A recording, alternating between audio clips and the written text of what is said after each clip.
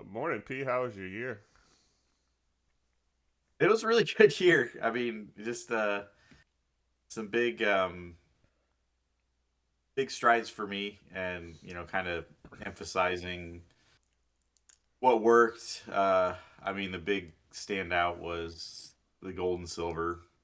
I mean, even the stocks, but even the physical gold and silver. I was Yeah. buying it every month the whole year, so DCA on that worked out pretty well, especially in this kind of big surge we're having. So yeah, no, it was good. I had a lot more shares of things and managed that pretty well. I think we the market was running pretty hot into last year. The start of last year with Bitcoin and all that. But I thought we sort of anticipated that move pretty well, and I handled that sector. Um, Even did well on stuff like solar out of the ditch. So was really just pleased with the work and used more of the work this year than last year. So that's always the goal for me. Yeah. Started out with some kind of big theses, um, in coming into the year, and it wasn't the gold or silver for me. It was the Redfin and the SoFi and the Hims. I mean, I was just my long term outlook there was at the Super Bowl. We just got to make it to the Super Bowl, and these names are going to do good. And it was a long year in that regard. I remember selling the Mag Seven stuff. Only thing I did really good there in the beginning of the year was Tesla. Um, I played that perfectly. Besides, I guess getting back in, but the scaling out part saved myself that lost year there. And in April, I think the number one thing for me was not panicking in April. Probably didn't do the best. I mean, who did a perfect job? You full ported stuff in April. I mean, I don't think anyone did Yeah, that. But right, I right. I got some of it. Apple 195 was also a pretty good highlight for me, and just not panicking in April though really set me up for. Um, I don't know what to call it because it wasn't a grinding market. It was like the market was being drug up. Didn't have Yeah, flow pretty much from the summer on. Um, the only big summer winner I had was Victoria's Secret, unless you count buying SGML on the boring days. And then yeah, that kind of panned out. I kind of felt left behind in the gold, not in the gold and silver, but in the silver of the gold. Had a little bit yeah, more of that built. Had a little bit more like the miners built. Um, Unfortunately, let go of a lot of those. Kept a few that I've gotten in here in December. Just because I was waiting for taxes. So that really really saved my tail. Like, all right, I'm up on these, lack of better terms. Now they are free shares plus.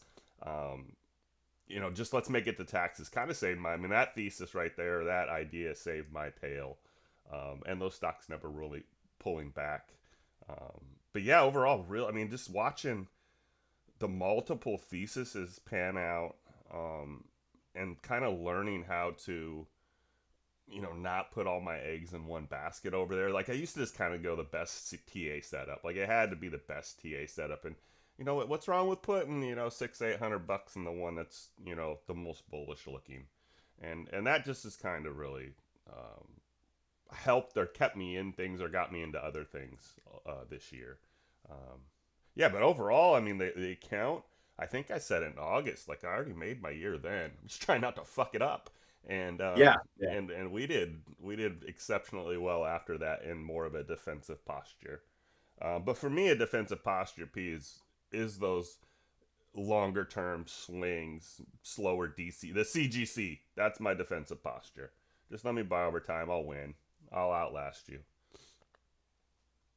Yeah, and the rare earths, that was another one, and I think in an extension of that, the periodic table idea. I always I try to find what I think is going to be a good story, right? And I mean, maybe it's kind of corny that I'm an English professor, and so that a lot of that is what interests me about markets is I um, like it. is finding that stuff early and flow.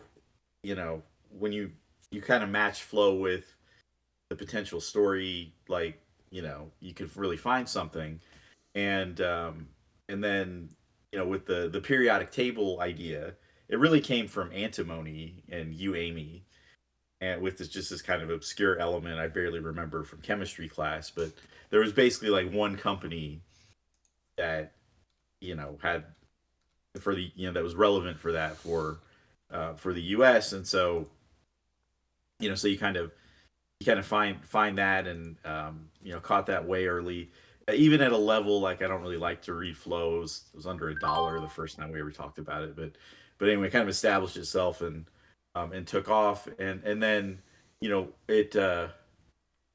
it's just funny how it always plays out like this, but it's guys are all over this stuff at like 14, $15, and that's kind of when you got to get out, and then it falls back um and sets back up, and but yeah, so I was pretty proud of the work we did there, and um the way that we identify something like that, and then you start to introduce some names, and then we cycle back to some names, and just work through it, and manage that. And it's so much easier to manage those with shares or with the cheap stuff. In the money leap is comparable to shares if you want to do that. But yeah, I think we handled that sector pretty well. And I mean, and now, like, where you have crypto guys talking about selling all their Bitcoin and buying silver with it, like right now. And like, I mean, I don't know. I think there's a lot of geopolitical things that can send silver much higher, but you're in a new phase of a move when guys start doing that stuff, and so I think we definitely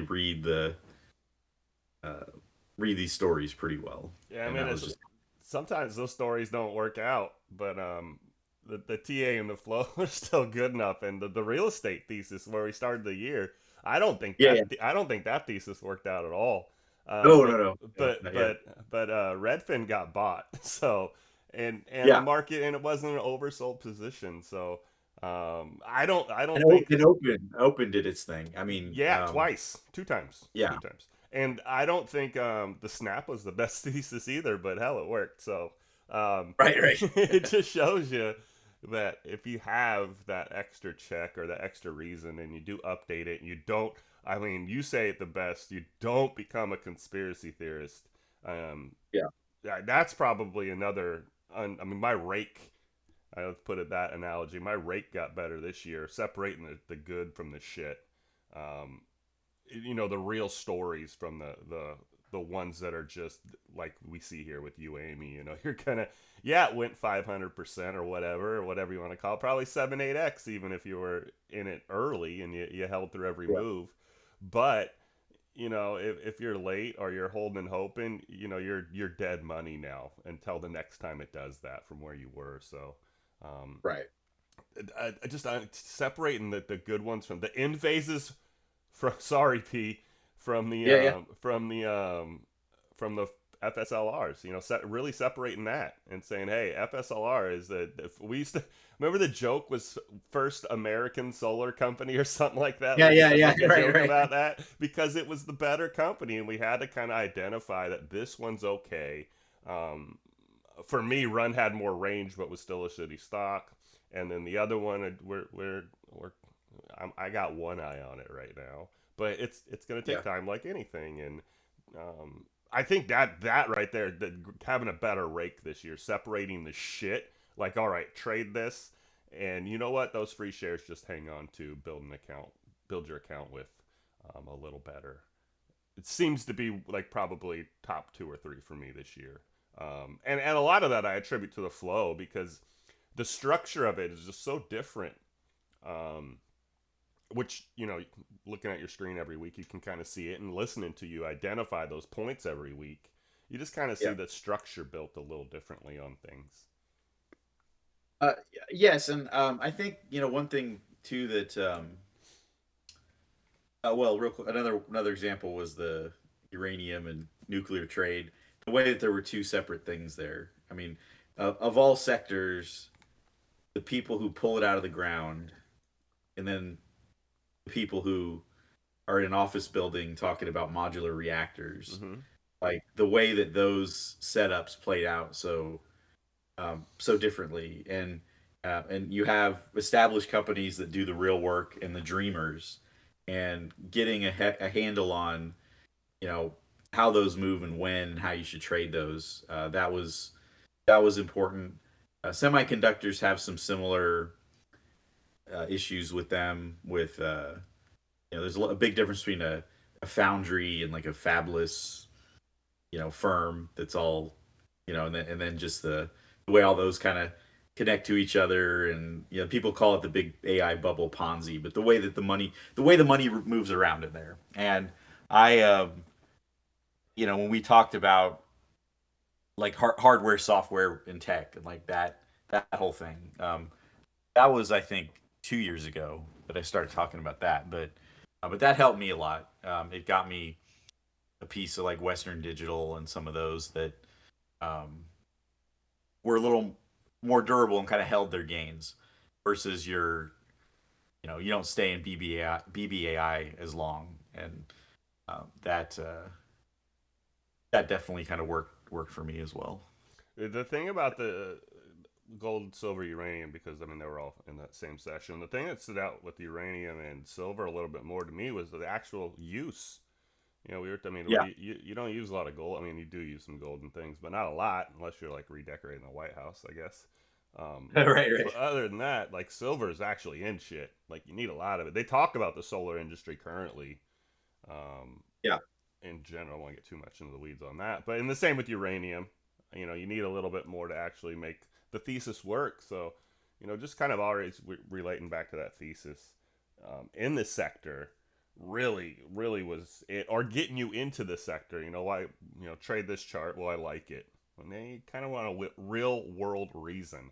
And we talk about, or have talked about 2026 being not to look too far forward, but being a big year for the midstream, upstream, the people that find it, especially in the states or in those coastal regions that we have access to. Um, I think you see that play out as well, but just kind of staying in the thesis first when you do look through the lens tends to help. I mean, same with Bitcoin. You can go some stupid like that where like you updated to the data center probably 7 8 months before I heard anyone else talk about it, and they're still just kind of starting to talk about it. But it's Yeah. not because Mara's $10, because trust me, Mara's under $10 right now, and Right, it's right. it's not at Professor's purple line of 656 either. There's another one. But there are some that have that data center angle. There's also Hut right now going against the grain because of the data center angle, and um, yeah, you just always looking through that lens. I think is something that I tend to put those glasses on first, than the ratio glasses, so to Yeah. speak, or the I like this company glasses, so to speak. Doing that a little bit more too. Yeah, absolutely. And if Iran hadn't done the data center angle, it'd be under $10 too. It'd probably be $6 or something. So yeah, that and for this one to go kind of mid candle from that big move, it gets interesting again. And you can kind of see that. But the way that I remember, so when Bitcoin in particular started, um the ETFs came about, and all that, and that um everybody talked about the cycle, and then the obsession with altcoins. I mean, this wasn't like a hard interpretation, but I didn't feel like there was going to be an altcoin season. I felt like the money was too concentrated in the ETFs, and you have all this institutional control coming in. Plus, you had all the meme coin stuff. Um, that where's the money going to come from? It's going to go back into these altcoin bags, and then it never played out. So I definitely I'm gonna like Bitcoin again. I still talk about it a lot and still list the trades and everything, but it's kind of a backside trade. We have the some downside targets in mind. So like when we do our session of the stocks for the year or whatever, I don't think I have any Bitcoin stuff there, but I'd say like if we did, 1 month later, I might have something. But that'll just come through the normal progression of our work, I think. You already have your next year list? I'm just curious. Well, that's what happened with the notes I was preparing for the day Oh. turned in. So I was like, oh, shit, I got to hold some of this stuff. Yeah, I feel you. I haven't even really started on that one yet. I better get to work. Kind of go just a last touch on that, but man, talk about and the only comment I wrote down because I do want to say it in this session, but um, old theses are being a little bit stubborn with the thesis. If there's one thing I'm stubborn with, man, it's Bitcoin being a pet rock and everything Yeah. else being even worse than that. So, um, depends on, I guess, depends on when you say it, like that, if you sound stupid or smart. But currently not looking horrible with that um, mindset. And I guess that's probably more to keep me out of buying coins or ever getting hopeful of coins. Because those Yeah. meme coins, man, were very attractive. They were. I'm just not gonna lie. They were very, very attractive at one point in time. Oh yeah. Um, I mean, I I put them in my notes for a while. And yeah, I the yelled at one, you. yeah, I know, and they did really well, and then I was just kind of like, all right, we're out, and I stopped doing them, and they died. And it was the perfect moment for it Sure. was when Pump Fun came out, but once they took over, the shit was bad, and it was all pump and dumps because it was just everyone could make a coin, Yeah, I and remember that. That was ridiculous. yeah, and Like it the was 6 hour thing. It yeah, lasted like 6 hours. right, right. And so as the and I'm big on I mean I teach rhetoric, and I mentioned this term before, but when people talk about rhetoric, they typically talk about um, you're gonna bear with me on this first. I won't make it a long lecture, I You're fine. promise. But they talk about logos, ethos, pathos. Okay, logos is logic. It's the message. Ethos is ethics. So the credibility of the person making the argument, and pathos is the ability to identify with the audience, related to the word sympathy. And Aristotle argued that you have to have those three things in balance to be persuasive. And that's a really sound idea, and it's a reason it's been around this long, and people know this without even learning it formally. I think that, yeah, can I trust this person I'm talking to? Are they, kind of speaking my language? Can I identify with them? Do I understand their message? Like all of that. But the fourth element to it is called kairos. People don't talk about this as much, and it means like at the right moment. And with stocks and trading, you got to have that. And if you are trading options, you're putting yourself under tremendous pressure with that at the opportune moment, you know, idea. So, what I don't when I like to get out of something that's that's kind of hot is when I see it start moving too quickly. And crypto by nature kind of is like that. It's volatile and moves quickly and all of that. But when even if you time your entry and your exit and you still can't get out because of the way that the liquidity is operating and all of that, it's it's time to go. And so I think that I backed out of the meme coin thing kind of at the right moment. And it doesn't matter if you left some on the table or whatever. It just wasn't a good a good place to be, and it had some pretty, I think, kind of catastrophic effects for um, the crypto buy-in in general. That people are just gonna leave and not come back when they get burned too many times in those kind of setups. Yes. Yes. You didn't lose me, but you lost me at options a little bit. And another thing I've been consistent in through the years is the shares, and um, yeah, Oh yeah, I mean, and you're doing better. I was Let me say that before you go, because I don't want to be too defensive. But man, I am definitely. I mean, we talk a little bit on the side, and I'm proud of you on the shares. And even though yeah, you had to back into it with like Lily and stuff, I right, was if we're locker room talking here, I was like, man, he'd do much better if he'd just trade these $40 and $50 stocks. Because I know it, you're over there, building your positions. You have to kind of do fractionals, or maybe go a little heavy on dips and whatnot. But it's a lot. I've seen it going through the weeklies. This is like, man, he's so right. So often he's so right. I mean, 40% if you bought any of those down at the bottom, and we're talking a huge stock like Lilly. I'm over here looking at my Bristol Myers Squibb, and I got like 15% out of it, and I think I'm a superhero. But just the way I mean, you're not all the way there yet. You're not out of the woods. Still worry about you a little bit because I know you dabble in that bullshit a lot. But you've done a great job becoming Well, a swing and share trader. yeah, and my initial venture into it off of almost exclusively options was this kind of 80-20 thing. But that's a little too rigid because it's not every setup doesn't work that way where 20% of this is going to be options. I mean, part of it is just the mental capital of managing some option position. That sucks.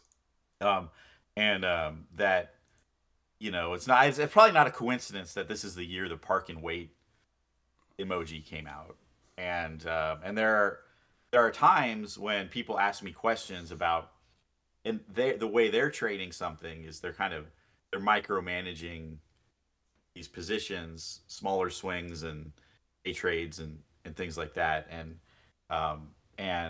it's fine to trade them that way, and I think it works.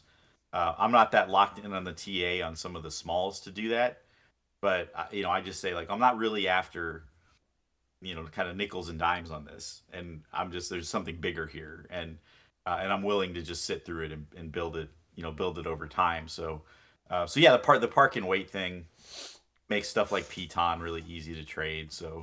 Um, so yeah, I like that, and as someone who I do a lot of other things besides trading. I mean, English professor and all that. Yeah. I I write a lot and publish some things, and so like that takes a lot of time, and so reducing the amount of time and getting off the minute chart and all that has definitely been helpful for me over the year. Yeah, I would a point I want to make just on what you said, because I think it's important not to like get too much into the weeds on trading, but them smaller positions, man. I mean, I don't trade options, but I watch a lot of baseball. I'm not out there making those pitches, but I watch the game enough. I know. I'm not stupid. I pay attention. But them smaller positions, like you buy just a few, and the smaller money, it's $20 or $30 for those contracts. Yeah, Those just have more inherent risk. They're naturally not going to be safe. It's just not going to yeah, happen. It just and I think a lot of people miss that. It's unsaid. Like there's no, if you have a ratio as a check, those aren't checking out, because zero doesn't work in a ratio. It just doesn't. Um, to get off of that a little bit, yeah. go ahead. Go ahead. Go Well, ahead. oh yeah. Well, what I'd say on that on the options, the option pricing, like I I hate the contracts that are under $50. I mean, for this reason that it's like you have a contract for for $10. It just the way you're not going to sell that contract for 9.85. It's going to just fall to 9. Whereas a contract that's 100, could fall to 97. And like there's a you're just the the percentages get really nasty on the smaller stuff. And then you add into it too the ones that have spreads on them, it gets even worse. So uh, it is funny that it's one of those things. If I talk about options for 5 or 10 minutes, I mean, I think that it's a healthy reaction for someone to say, "I don't think I want to trade these things." Like, I mean, I completely acknowledge that it's you know the all of the factors that can go against you. It's not just about guessing if the or figuring out if the stock's going to go up or the stock's going to go down. It There's so much more that goes into it, and I just encourage anybody. I'll post the video again, but the history of options and how they came up with these things and the math that goes into them is really important to it's important to know if you want to trade them. But also, I think the bigger message and the whole point of our room to me is that the importance of options for moving stocks and figuring out how and when that happens. And I continue to try to find ways um, to teach what I see, and while learn more about it while doing that. That's a big, you know, if we want to do a New Year's resolution, mine's not going to be gym related. I do try to go once in a while, but that's kind of where I'm at. Is just focus, really kind of buckle down on the teaching, um, and get that out in the public a bit. And I'd like to grow the room some. I mean, I'm not. It's not my be all end all goal, but I like having new people in because we've had some that really have done well, and I know there's a few more out there that would benefit from that. Yeah. I got. I love listening to you talk because it just makes me think about things I should think about. Um, get ready for some weird shit. Um, kind of to rebut off of the another comment I wanted to add before you picked up about the smaller positions. Like you kind of probably feel like you're doing a cigarette butt over there, the Warren Buffett thing you heard once in Yeah, a day, and it's just not the case. That's more of a share thing because you're gonna let time. You're gonna win over time, and one of the best things I think I introduced this year, or not really introduced, but really just like tripled down on it. I'm sure there was a point where you're like, man, shut the fuck up about this, please. But the 50 and the 200 SMA on the daily and the weekly, they just came in great this year for that more big picture look. And if you were trying to like buy anything in a very very bullish market, because yeah. that for me is the hardest thing. Um, I don't know if you've not. Sorry, I told you it's going to be random. I don't know if you noticed this about me, man, but you're a fucking 100% right. You cannot figure out when a stock's gonna go up or down. So I gave up. I just fucking quit trying to do that shit. I just focus on Yeah, making sure it's not gonna go down. That's it. yeah, I try to find that support with a little bit of tolerance where I can get in and let time be my friend. And if there's any skill like that I could say that separates me from anyone else, it's that I lean on time. And a lot of people want to get rich tomorrow. I don't want to fuck up what I got. That's just always been my angle. Um, and kind of trying to, I guess, not keep up with the Joneses, but just keep up, with where the world's at. And you have to be in bed. You can't sit on cash your whole life. It just doesn't work. So that's kind of why the market is important to me still, um, yeah. as opposed to going and just playing golf. But the skill, the not the skill or the tool I use the most is time. So I would hope everyone had that. Um, my New Year resolution ain't in the gym. P. I'm already doing good, man. But I've had 80 rounds this year. I think I got one more in me here at the end. I only had 45 birdies in 80 rounds. So my average score was like 87. Lowest was 77. Only had 18 rounds above 91. Um, so yeah, my goal, I gotta get more than 45 birdies over there.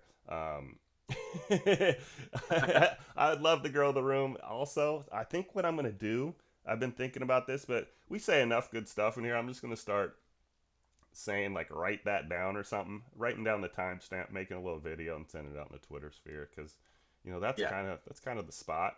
Um, Kind of rotate a little bit. Boy, are those fuckers worthless over there. Jesus Christ! Like Yeah. I was saying probably last 4 or 5 years, I don't use Twitter so I know what not to trade. Those guys can't even trade good enough to fuck with anything anymore. So Yeah. it's more of they're becoming like I'm trying to get in before Twitter because they'll push it a little more, but they're not dragging shit down. They're not starting anything. They're late to the party.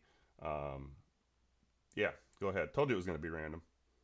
Yeah. Well, yeah, on the Twitter thing, the way a lot of stocks that I've traded or like that when they come into those and what they say about them, I'm just like, it's just like we're not even looking at the same thing. Like Duolingo, um, I was bringing up Duolingo in here and put it in notes and stuff like that before I ever saw anybody talk about it. And then it has that drop, and then all of a sudden, this is a $5 trillion company, and I'm just like, what, like, where's that coming from? And a lot of these are like big accounts, big subscriptions, Substacks type people that say shit like that, and it's just kind of remarkable to me. Like they're talk about ethos, like they have none, and people can't recognize that they have none.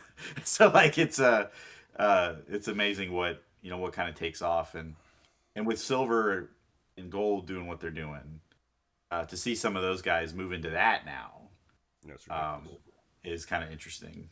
But one area that I think has strengthened over this year is I think me sharing my screen helps, but the kind of the snapshot of that we can get on some of these stocks, and the clustering of buys out of the money, when those are happening, and when where some of the rungs in the ladder are, gaps in flow, like why isn't MPW have any eights or nines? Why does it jump from 7 to 10? And then you look at the expirations, and it starts to make sense. So I think by default, on I mean I like the guys who make the site, and I talk to them a lot, and they've been really nice to me, and just show me some things and stuff like that. So I'm not ragging on them, but finding ways to represent their data in useful ways that is beyond what they present you by default. Like that's something I'm working on, and continue to try to do. And that's where this kind of came from, is just trying to show what I see without having to get into all the intricacies of why I look for what I do in a particular stock and all that.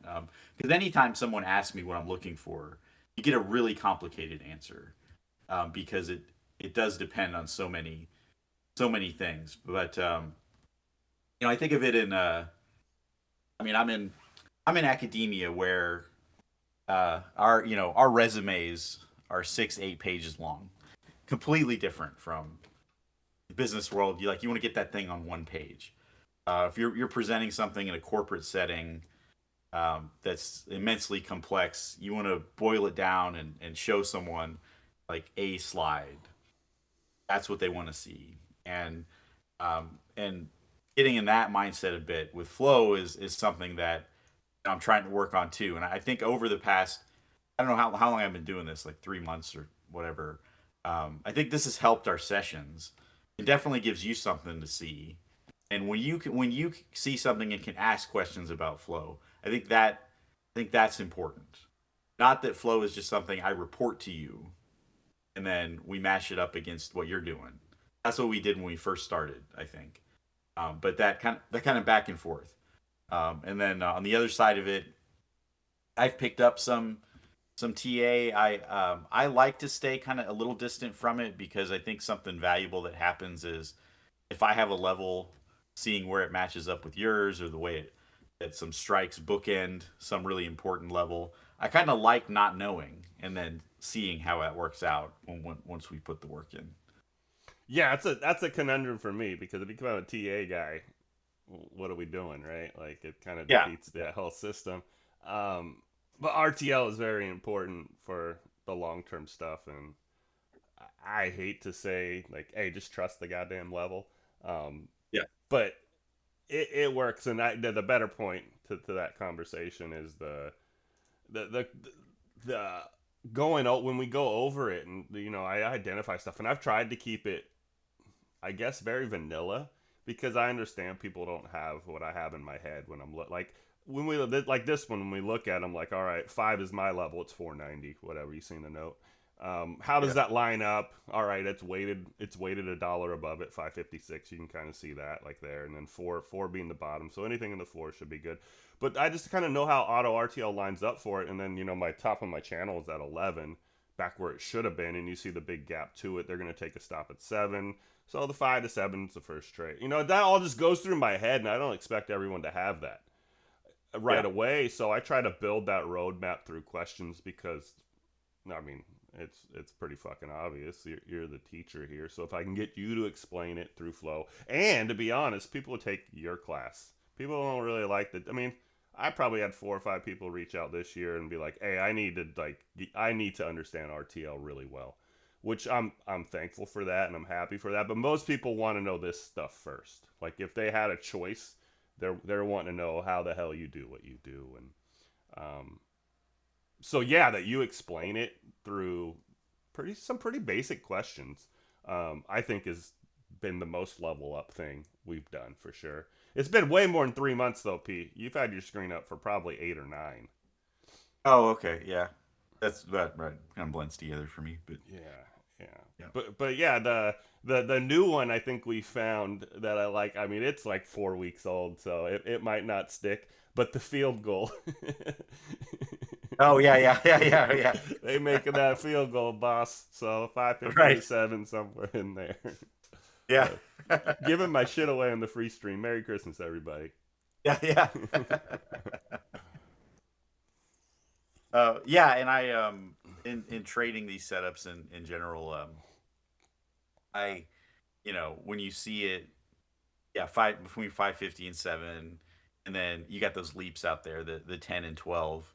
Um, figuring out mapping out multiple trades in your head, and having enough of a position um to see that through. I'd like to keep some MPW for when it's $10. But it's not really worth holding full when it bumps up against 7 or 650 and then pulls back to 5. You don't really want to do that either. So, but yeah, that's where you talk about not trying to time it. That's certainly relevant there. Yeah, I don't know what the problem is with people that first trade. Making 600, 700, maybe $1,600, depending on how you size, and Yeah. keeping that in the trade. I mean, I think that's called free shares, but Right, right. um, yeah, and then and then kind of just going with it. For me, that I mean, not to get too far in it, but because that's where we started. But that sector, not necessarily just the I don't know if they're Reddits or what, but man, you brought up a ton of them, and I did so good on House that I kept that. I still have the list, and I'm like, there's still a lot of range on all these charts, but that secondary real estate sector is kind of what I call it. Real estate holding Yeah. companies. Good stuff. Shit, you'd never. I mean, I could talk about this all day, and people would be like, "What tickers are they talking about?" Because they no one Yeah. do Yeah. that kind of work, man. They barely know. They probably name 3 real estate tickers, and one of them would still be Redfin. Right. Yeah.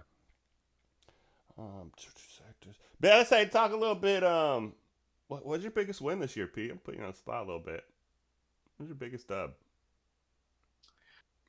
Trading. Well, It's got to be trading because I'd have to give 2 because my regular account has some sizing that would monetarily just make it bigger. But I'm kind of talking like percentage, biggest move, biggest winner, the one that felt like you really got the sizing right, and the not the full move, but a lot of the move, or just went to plan real well for you. so it's pretty close between two of them. MP Materials being one of them. Um, I was in like way heavy on this, and I mean, not uncomfortably so, because it didn't really dip too much on me or anything. But yeah, that was definitely one, because I kept about 75% of this position through most of that move you see there. $80 was kind of my first big huge sell. So that was one for me. And then into the quantum stuff, INQ. I just kept a lot of that. Um, bought a lot of pain there on way back when, and that was just stuff I held through most of that. So yeah, the quantum basket, INQ being the biggest one, and then the MP. Those would be my big wins. Nice. I think really do think number one for me, man, is Victoria's Secret. Them 18s I got.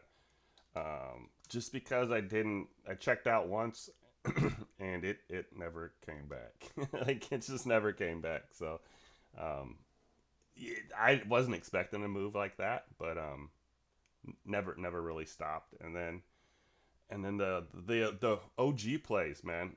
The I gotta put SoFi and Hims in there. I mean, those moves were pretty fucking good for where I was sized at. Um, on all that was like a I've said before, you have your long term, your swing trade, and your short term trade, and it just worked on every level multiple times.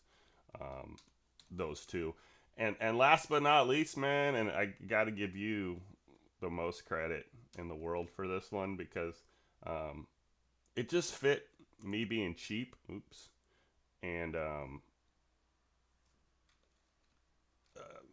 and the thesis, but SGML Hmm. absolutely killed it. I'm still definitely still in it, but just that 100% trade on something that was DCA and then getting an extra 30 or 40%. Probably gonna still get another 100 from here, to be honest with you, when Yeah, it's all yeah. said and done. Um, but yeah, some pretty easy, just painless, low maintenance stuff. Um, and it kind of forced me to where I went towards the end of the year, and why we had the CGC um, exercise, so to speak, because that was just working for me, man. Just shut up and buy some every week. Like if you don't got time, just buy this every week. Um, and I guess we use that one because of the price point. No, everyone had $1, I assume.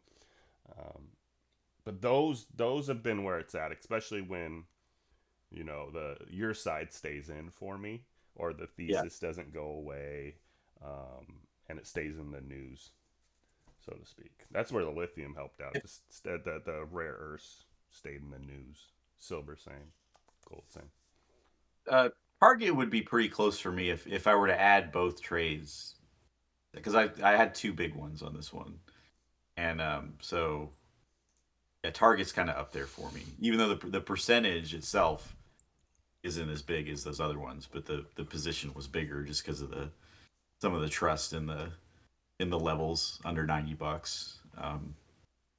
That was just kind of easy Yeah, mode. 87 and 81 just were resilient down there. I think the lowest we got was 83, and it really sat on that 86, 87 more than anything.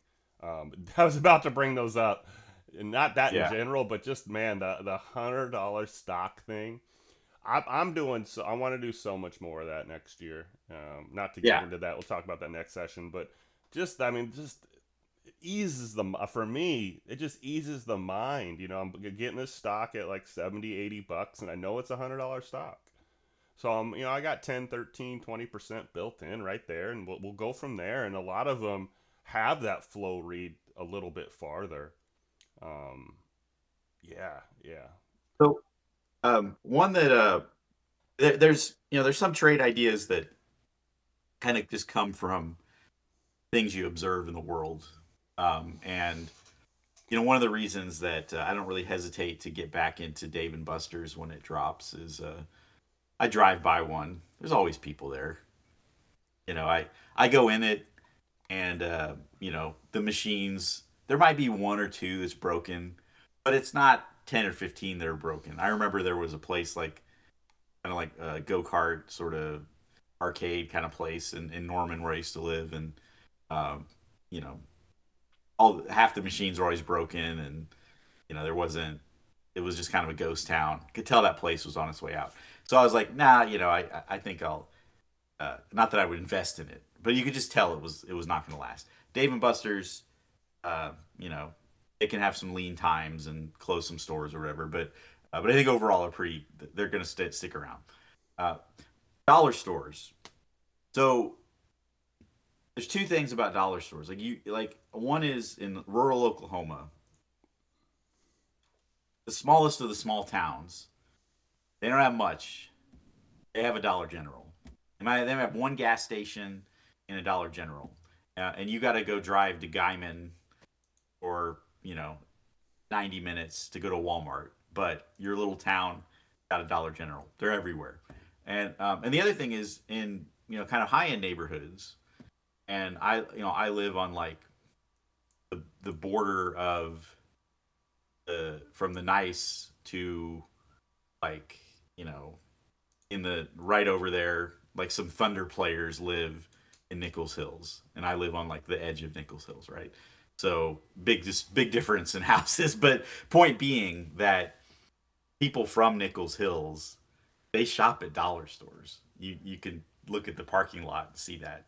So there's a way that those stores kind of speak to everybody, and they're just when that stock was under $100, well under $100. It's like this is $100 stock, and very simple idea.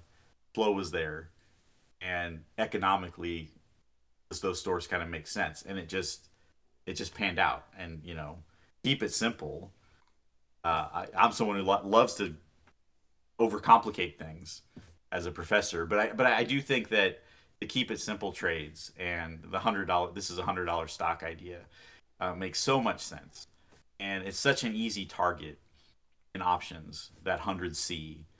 And then I've kind of found too that the $20 in either direction becomes important too, Yeah. because it puts 100 within striking distance, and it allows them to build, and that's where they build positions. And then it's also where they consolidate and kind of move out of it, and you could see this one when it was started, bumping up against 120 the first time, and then pulled back, and then they built again, and they defended 100, and then off we go. So they kind of keep it simple too, and learning to read that has been pretty big for us, I think. Hey, Professor P. Yeah. 50 SMA on the weekly. Yeah. Sorry. Right. Sorry. Yeah. Yeah, what really caught me in there, it's on my chart. What really caught me in that conversation though is the humbleness, the the self awareness of that I overcomplicate things, because I think that's most important to fucking trading. Yeah. Also explains why you like me, because man, I mean, I'm forced to keep it simple, I guess, because if I overcomplicate it, that means I put effort into it, and that means it has to be right. And I don't like to do that. That doesn't. I know my psyche well enough. That doesn't work good for trading.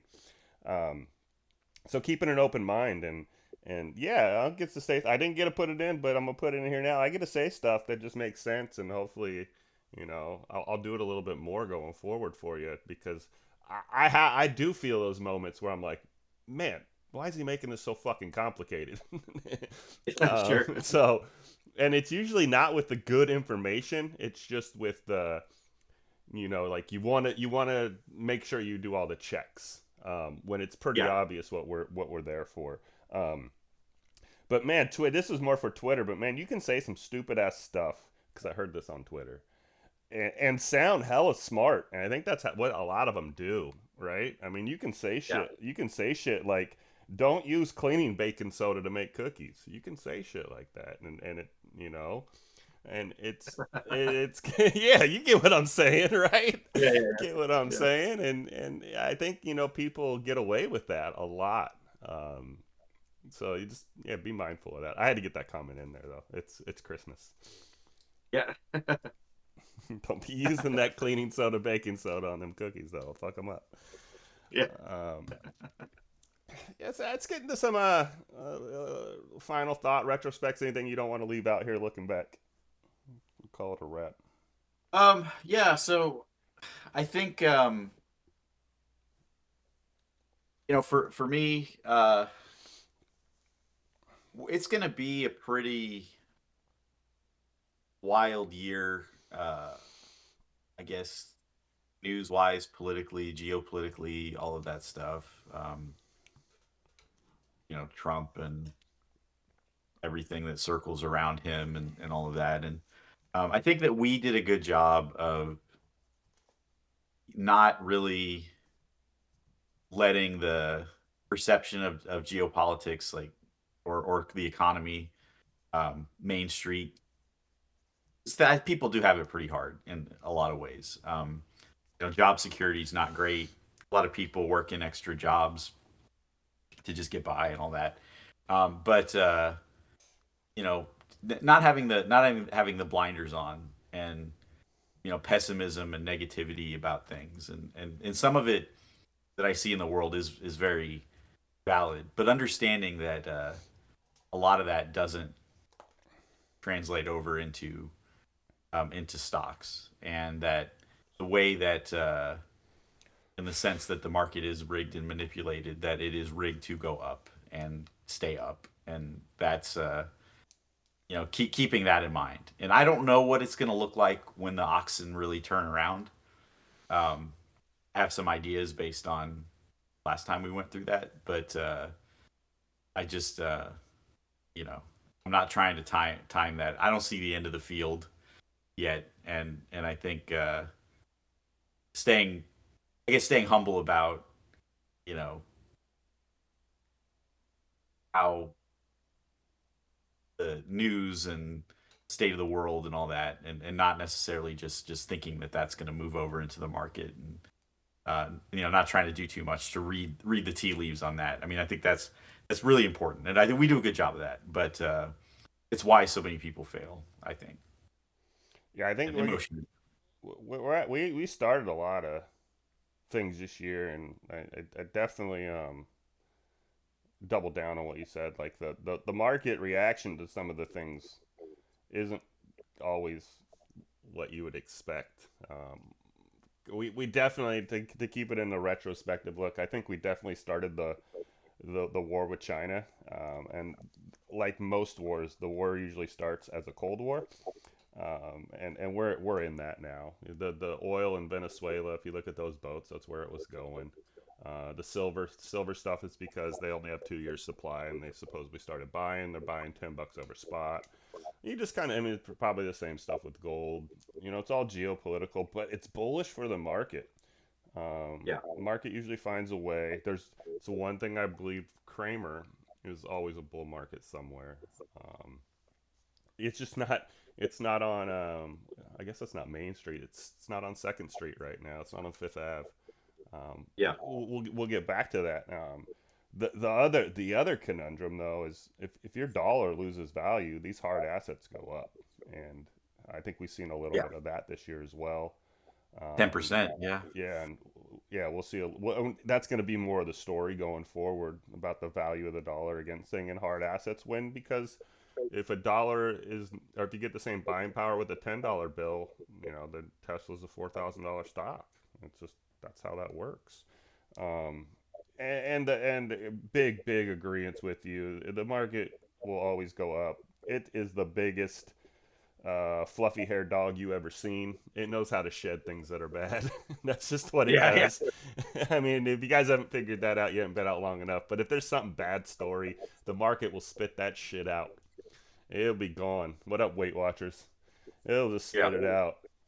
That's the last one I can think of off the top of my head, like that. But yeah, the market gets rid of it, and those stories, watching stuff like that play out this year, kind of indicative and tells you, if that's the right word, of what we're going to see into next year. Um, and for me, I'm like, shit, I hope they fight all the way down to lumber, eggs, and beef. We get all the way down there because then we'll just go through each sector, and the winners will run, and we can kind of catch that story going forward. So, um, yeah, all bad news isn't necessarily bad for the market. That's a great thing to take into next year from this year. And sorry, Pete. Yeah. One last thing. On the news, man, we started the year on the Trump every week, telling people like, I know it's Monday and this is the news today, but it's going to change by Friday. And we got through that cycle pretty well, also. Yes, and I think too the way that like the Tariffs. tariffs like would dramatically move things day to day, and then that kind of wore off. It's sort of like the boy who cried wolf or whatever. The market would just kind of not get that shock or shrug it off, and it really it's about. I mean, it's about recalibrating the algos. I mean, it's just the mention of the word would trigger things, Yes. and that's not a human being rushing to the console to do something. That's all kind of programmed in there, and then you sort of just kind of lessen the impact of that within the formula or whatever. I think the you look at the like midterm elections and all that stuff. I mean that aspects of that I think will be important, but Weed's a good example. Weed didn't really play out how I thought it would, and we're just now getting something that I thought was going to happen a long time ago. So that was just another example of not necessarily trying to time it, but getting back in at the right moment. And then it's just funny that the CGC thing, the for making people focus on this one, just do this with this one, and you'll be fine. And then they could see how that worked. I hope people kind of took something from that as well. We had Redfin and SGML before that too. Same thing, just a Yeah. little bit Yep. more direct with the plan there. Yeah. Yeah. I want to say that about the news too. I think we all went into the year um, with a pretty stubborn view of Trump.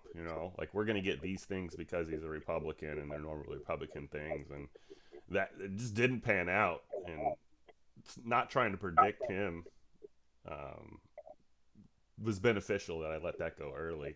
And like Yeah. when you said the weed thing, I mean, just thinking of his list now, that's got to be towards the bottom of his list. Like the border wall was real high on his list, and the free trade, getting the tariff stuff going is real high on his list. And you just really didn't see that or expect that going in. We were thinking the regular Republican talking points would do fine. Right. Yeah. And even just the way that when you listen to him talk about weed, he'll say things like, "People tell me this is important for medical or whatever." When he distances himself from anything, that's a big signal because he loves to be right in the middle of it. I had this idea. People tell me this is the best idea, and that he's not putting himself in the center of it. He's just like, I'm aware of this issue, whatever. But yeah, you can see it's not a huge priority for him. Yeah, well, it's a tough one for a guy that doesn't drink, doesn't smoke, and like Friday Yeah, fucking yeah. Friday night for him is like a Diet Coke and a cheeseburger. I mean, he's like, Right, right. Yeah. unfortunately to say it though, he is like the 1950s, 60s, 70s American, without the Yeah. nicotine. He Right, right. really is. It's probably a tough pill for him to swallow. Oh yeah, with what his perception of weed would be. Yeah, I for mean, sure. how do you talk shit about Hunter and then legalize weed? That's Right. that's Yeah. tough. That's a tough thing to do, and he would probably much rather talk shit about Hunter. I'm just, Yep. Yep. it's true. Uh, Yep. Anything else? Final thoughts? Next week we'll probably be looking the other way. Same setup. Yeah. Same setup. Just gonna have our. I'll have a couple big ideas I see, and then that's when I want to do the uh, We're gonna pick, sector outlook thing in a more specific way for sure. are Yeah. we gonna do picks next week? Yes, Are we that's the are, plan. are we gonna do our traditional six each? Yeah, that was good. I liked that. I liked looking at the results on that were interesting, um, and yeah, some of those did pretty well. Yeah, there You was. did you win that? Yeah, yeah. Did we resolve Well, that? we got a week left, but yeah, I don't think you're catching up. All right. But Um, it was a lot closer than I thought. yeah, no, it was. Glad I didn't put any big crypto ones on there. I guess, but yes, that was good. So And so do I get first pick because you got first pick last year, or do you get first pick because I won? oh yeah, I don't know. Yeah, you can go. We'll do it like golf. Okay, You go first. perfect. Perfect. That way, no one tanks to get the first pick. Yeah, that ain't gonna help the account. Perfect. Well, as always, P man, it's been a wonderful year. Yeah, Looking back, man, wouldn't want any other partner. Glad we stepped away from a fucking tragic room. What about 4 years ago to do this? It's been one hell of a ride. So appreciate you. yeah, I appreciate it. I look forward to this every week. I mean, it's a really important part of what my life. So appreciate you a lot. Perfect. Yeah, and if they don't find value in it, I find value in us. So Right, we'd be doing this regardless. That's always been the idea. So exactly, yep. exactly.